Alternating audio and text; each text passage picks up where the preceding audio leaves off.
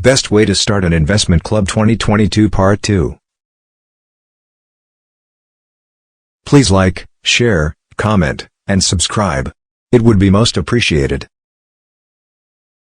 4 types of investors. There are different types of investors that use different methods to analyze the market and the market conditions. These 3 methods of analyzing the market are: technical analysis. This method of analysis is used by a momentum investor. Technical analysis looks at the price fluctuations that occur in the stock market. The investor bases the decision to buy or sell on what he feels the price will do next. Fundamental analysis. Number 1. Fundamental analysis is used by the growth investor. This type of analysis decides if a certain company is a good investment based on the earnings of the company, growth of sales, and margins of profit. Fundamental analysis. Number 2. A value investor uses this type of analysis. This method of analysis is similar to the analysis that a growth investor uses, but is slightly different. A value investor takes a close look at those companies in the stock market that have a low value.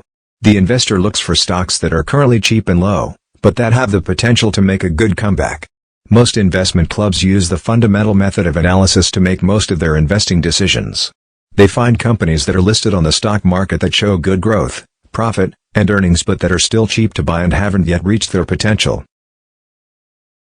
5. Finding members. Once you have the basic information gathered together about why you should start an investment club, and the requirements that members should have, you're ready to take the first step towards officially starting your investment club. You'll need to find members to join your club, and you can achieve in this a number of ways. If you have 1 or 2 friends who have shown a mutual interest in the stock market or bond market, you can approach them to join your investment club.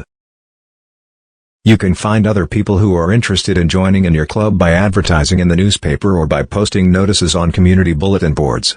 The important thing to remember is that you want to attract people who have an interest in learning more about the stock market, while they invest small amounts of money.